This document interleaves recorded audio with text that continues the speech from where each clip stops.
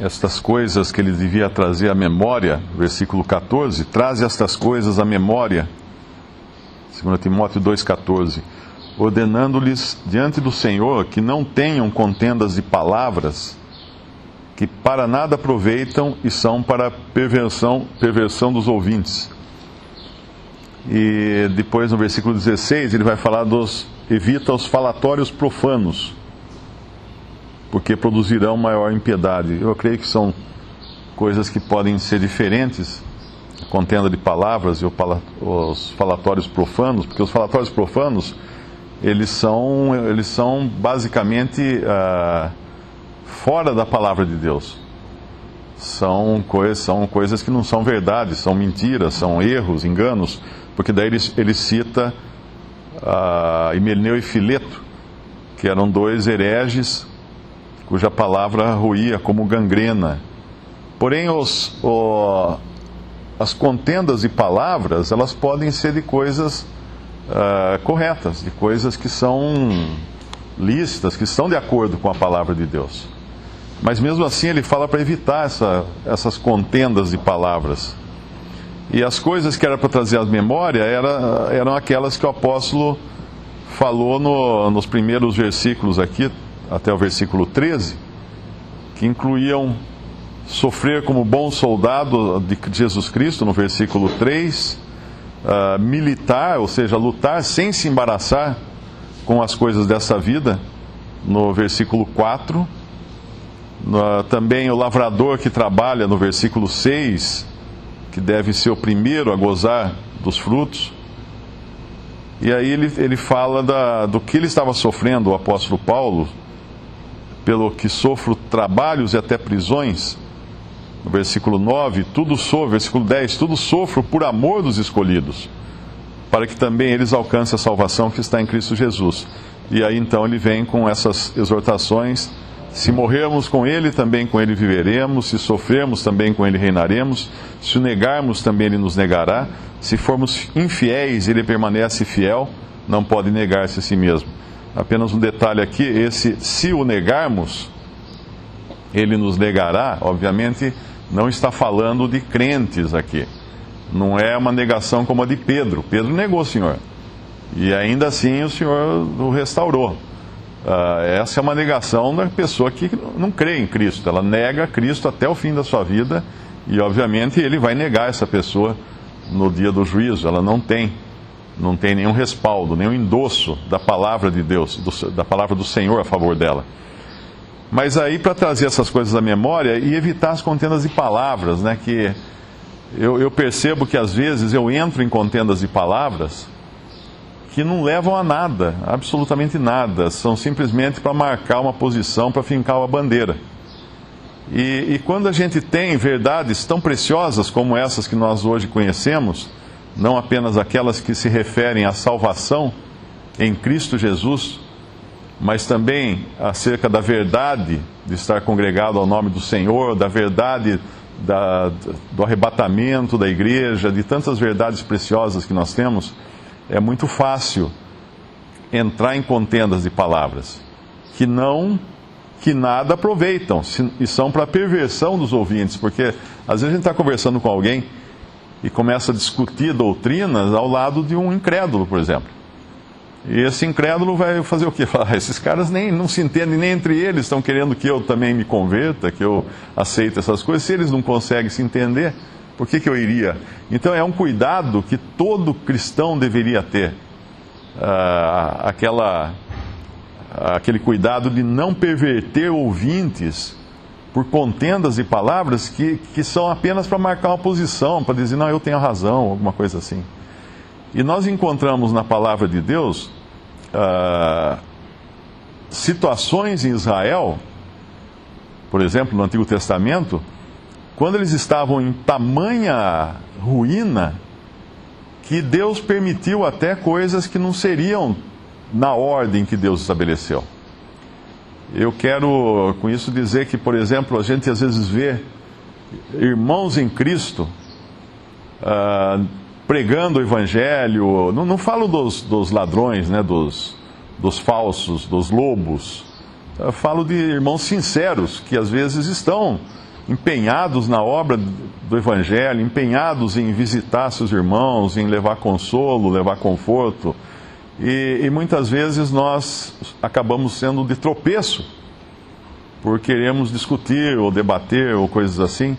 E quando Deus está usando esses, ainda que na sua ignorância quanto a alguns detalhes da maneira de como pregar, ou das verdades que deve pregar, ou mesmo do Evangelho, né? Às vezes é um Evangelho até com algumas misturas que obviamente não estão corretas, né? Não é uma desculpa, mas na ignorância, muitas vezes. Quantos de nós, na ignorância, também levamos a palavra de Deus? Eu me lembro quando me converti, eu saí pregando para todo mundo, falava para todo mundo. Hoje eu olho para trás e falo assim, nossa, quanta coisa errada eu falei naquela época. Mas ainda assim, era com um coração sincero, por ignorância, e Deus, obviamente, honrou isso. Deus, obviamente, deu um desconto, vamos chamar assim, né? Porque daqui a 10 anos eu também vou olhar para hoje e falar assim, nossa, olha o que você falou lá, não estava totalmente correto, né? E eu estava lembrando de uma passagem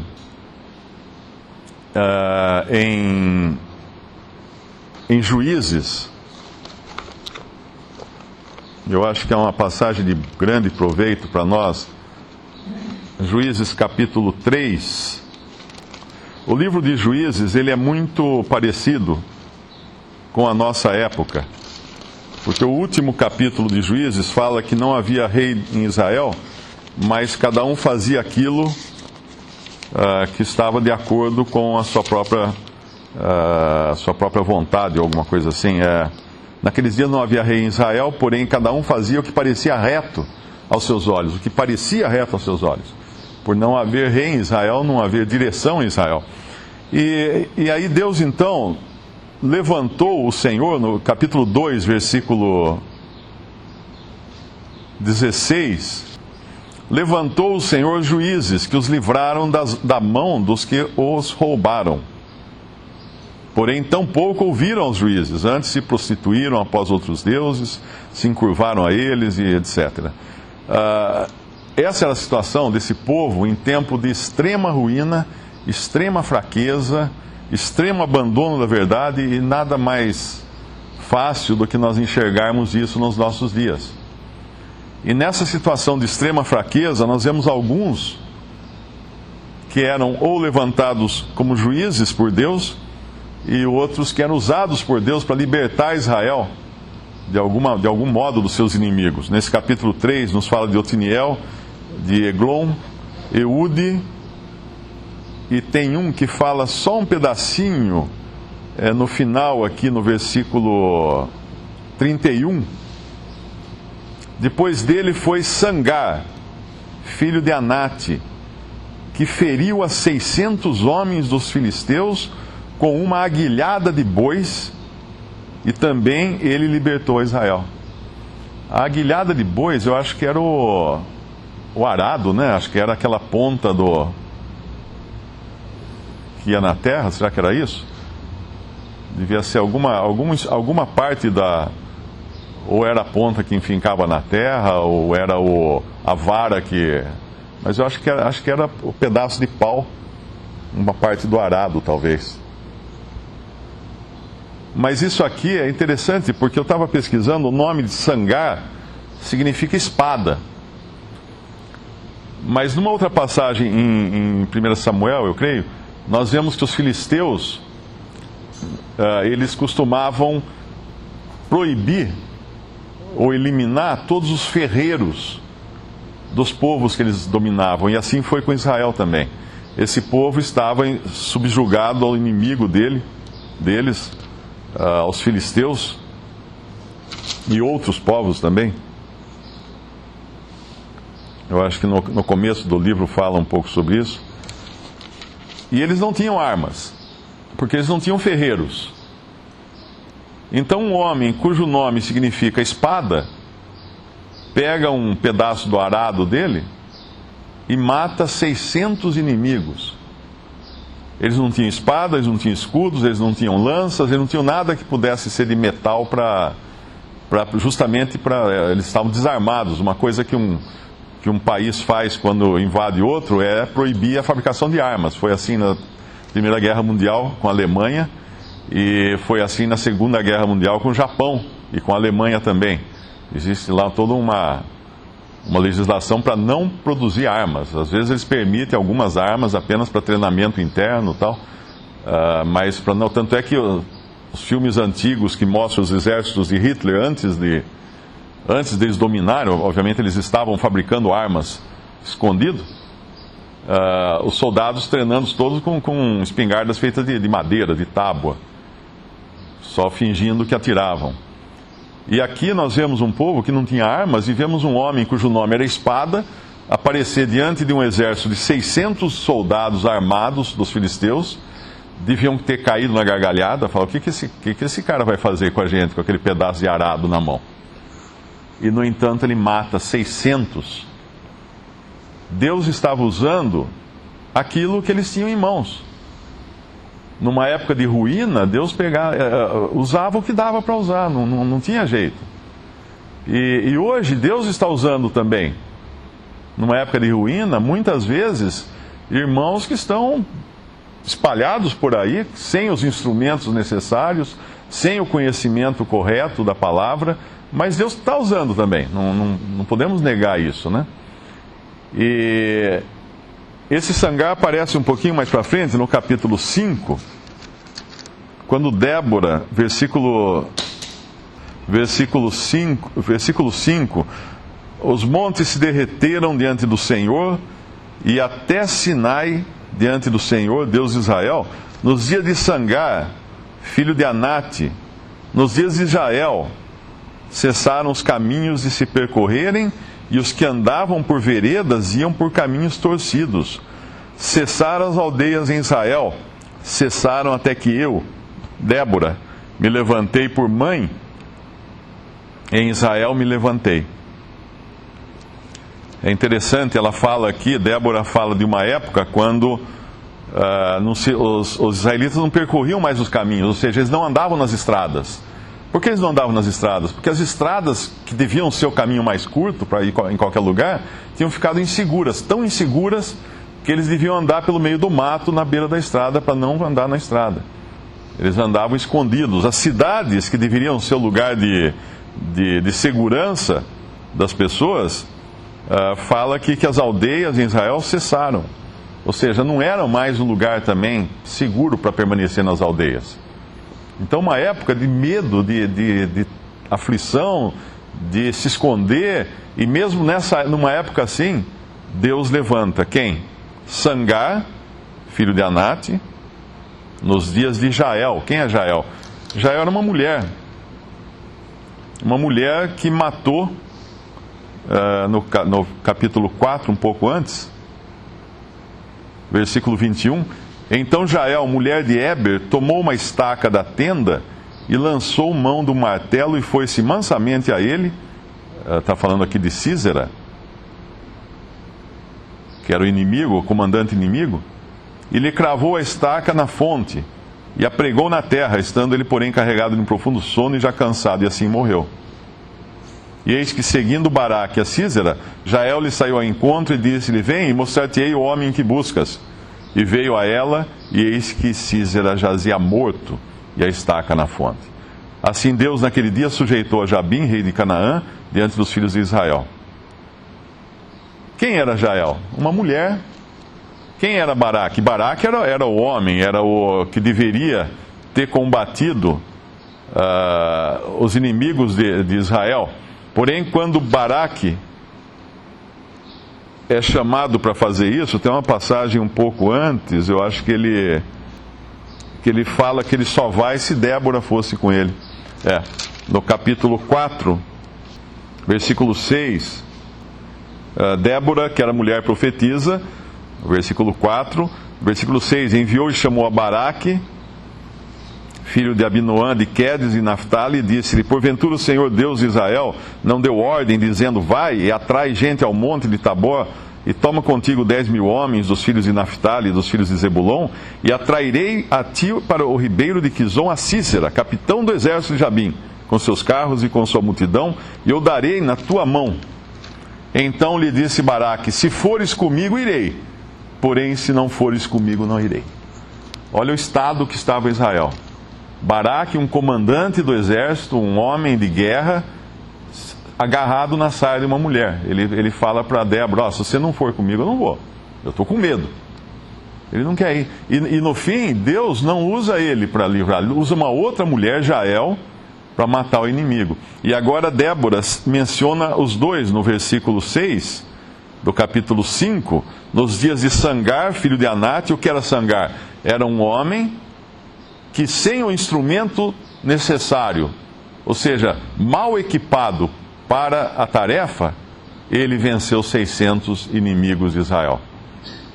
E Jael, quem era Jael? Uma mulher que não deveria estar fazendo aquilo, era contrária à ordem, né, dada por Deus, as coisas de Deus, mas ainda assim, pela omissão dos homens, ela faz isso.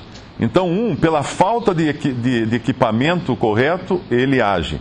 A outra, pela omissão dos homens que deveriam agir, ela age. E esse é o tempo que estava no tempo de Juízes. E como Deus vê isso aqui tudo, né? Essas pessoas que tomam partido para agir, elas estão, obviamente, no coração de Deus. E os que se omitiram, esses são culpados de omissão. Mas ainda assim, lá na frente, quando Deus vai no frigir dos ovos, lá em Hebreus, quando Deus vai mencionar aqueles heróis da fé, ele não fala de Jael, dessa mulher, ele não fala de Débora, ele fala de Baraque, porque ali era a visão de Deus no sentido oficial da coisa, né? É como quando nós falamos que o general fulano venceu as tropas inimigas. Talvez o general não tenha saído nem do escritório dele. Quem lutou foram os soldados, mas oficialmente quem venceu foi o general. E aqui era uma situação assim. Então, quando nós, muitas vezes, saímos de armas em punho, né, para criticar, para criar contendas de palavras, que é o nosso versículo aqui em 2 Timóteo 2, nós devemos sempre perguntar o seguinte: mas será que esses irmãos que estão fazendo isso, que são eu estou falando dos sinceros, não estou falando dos bandidos, dos ladrões, dos lobos, que querem comer a gordura das ovelhas, né, que nós vemos na cristandade muitos hoje, falando dos sinceros, será que eles não estão fazendo isso porque falta arma para eles? Os israelitas, nesse tempo de invasão de inimigos, quando eles precisavam afiar um arado, eles tinham que ir até o inimigo, porque eles não podiam ter ferreiros, eles não podiam ter armeiros para fazer o serviço. Então eles viviam com armas cegas, por assim dizer. Mas esse então, cujo nome é espada, ainda assim, não deu desculpa: eu não tenho arma, eu não tenho uma espada. Você é a espada, alguém podia falar para ele. Seu nome significa espada, a espada é você, Deus vai usar você é o instrumento. Não é aquilo que você tem na mão, o instrumento é você, é a pessoa. E hoje, dentro do tempo que nós vivemos, Deus Cristo subiu ao céu e Deus deu dons aos homens. Às vezes o homem que recebe esse dom não está totalmente equipado, não aprendeu todas as verdades, mas isso não é desculpa, ele vai sair em campo, ele vai cumprir a obra de Deus, então. E aí, às vezes, nós caímos, como eu falei, que eu caio muito nesse erro, de ficar discutindo, e às vezes com um irmão que é solícito na obra de Deus, que não se omite, que está realmente interessado, e eu vou lá brigar com ele, discutir detalhes, né, minúcias da doutrina, e às vezes até desanimando a esse irmão. E eu me lembro uma vez, uma conhecida, ela adotou, acho que 5 crianças, uma coisa assim. Ela tem 2 filhos biológicos, tem mais 5 adotivos. E ela contou, né, que um dia ela estava na rodoviária sentada, e tinha uma senhora do lado dela sentada, assim, com roupa de crente, né, aquela pessoa que você olha assim e fala assim: essa aí deve ser crente, né, aquele vestido, aquele cabelo, aquela coisa. E aí começaram a conversar. Ela falou assim: eu tenho 7 filhos, eu tenho 2 que estavam falando de família, de filhos, né? Tenho 2 que são biológicos e tenho 5 que eu adotei. Aí na mesma hora, a outra, a senhora que se dizia crente, falou assim: ah, mas você não vai ser salva pelas obras. Ela falou: mas quem está falando em ser salvo aqui? Eu estou só falando que eu tenho filhos, não estou falando em ser salvo. Então é aquela crítica fora de lugar, né, que nada traz, nada edifica. E muitas vezes nós caímos nessas contendas de palavras, numa época quando as pessoas não estão andando nas estradas porque são perigosas os caminhos e não estão encontrando abrigo nas cidades ou nas aldeias, como estava Israel naquela época. E eu devo sempre prestar atenção: estou eu sendo tão solícito assim? Eu estou dando a desculpa que eu não tenho a espada?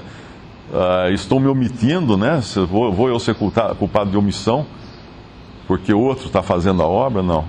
Eu tenho que sempre responder diante do Senhor essas coisas. O versículo seguinte, o 15, esse sim é a responsabilidade agora daquele que conhece. Procura apresentar-te a Deus aprovado, como obreiro, que não tem de que se envergonhar, que maneja bem a palavra da verdade. Essa é a responsabilidade de cada um individualmente para com o seu Senhor. Eu não posso dar desculpa que eu não sei manejar. Eu tenho que buscar aprender a manejar. E às vezes se eu encontro outro que não está manejando bem, eu posso até ajudá-lo a isso. Mas não no espírito da crítica, né, dos que criam contendas de palavras, no versículo 14, mas no espírito de Débora.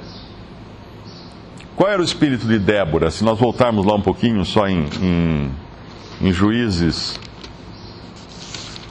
capítulo 5, versículo 7... Cessaram as aldeias em Israel, cessaram até que eu, Débora, me levantei por juíza em Israel? Não, ela não fala isso. Ela não declara a si própria uma juíza. Me levantei por mãe em Israel. Por mãe. Esse era o espírito de Débora. Não era como Saul, que queria governar sobre o povo, ou como os reis, que nós vemos vários deles, tomar as filhas do povo para si. Não, essa é uma mulher que ela se levanta para julgar Israel, porque os homens se omitiam, mas ela se levanta em que espírito? De uma mãe que tem cuidado, que tem amor, que zela por seus filhos. Esse é o espírito que nós devemos ter, de mãe. O manejar bem a palavra da verdade não é como manejar a espada do discípulo do Senhor Jesus manejou na orelha do soldado, né? Foi Pedro, né? Pedro. Ele manejou a espada, mas não era daquele jeito que era para manejar a espada. Ele arrancou a orelha. Aquilo que servia como... que servia para audição, ele destruiu. Nós lembramos a passagem, né, lá nos Evangelhos, quando ele, sacando da espada, corta a orelha do servo dos sacerdotes ali, da guarda. E o que ele estava fazendo? Ele estava destruindo aquilo que é a audição, e a fé vem pelo ouvir. Quer dizer, quando nós usamos da palavra de Deus, a espada da palavra, de maneira errada, nós simplesmente destruímos a capacidade do outro de escutar a palavra. E aqui são essas contendas de palavras que vão servir para a perversão dos ouvintes, para arrancar a orelha dos ouvintes. Nós vamos usar do conhecimento que nós temos não como mãe, mas como alguém que corta orelhas. E em seguida, no versículo 16, vem os falatórios profanos. Agora vem a má doutrina, né, que é a palavra de Himeneu e Fileto.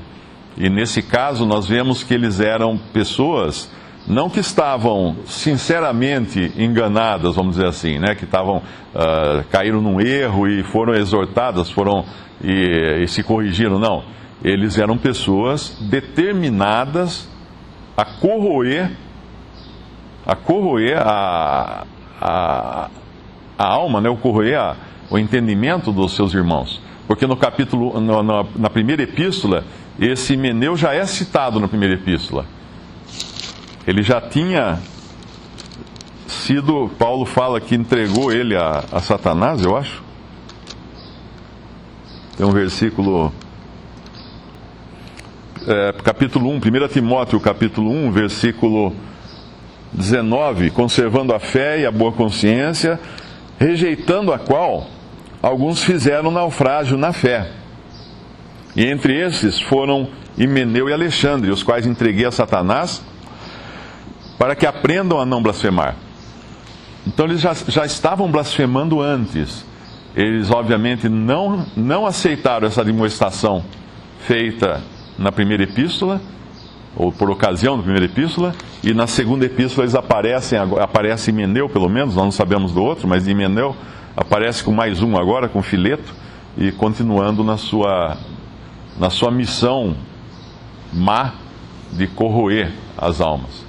Obviamente não é no espírito de mãe que eles faziam isso, né?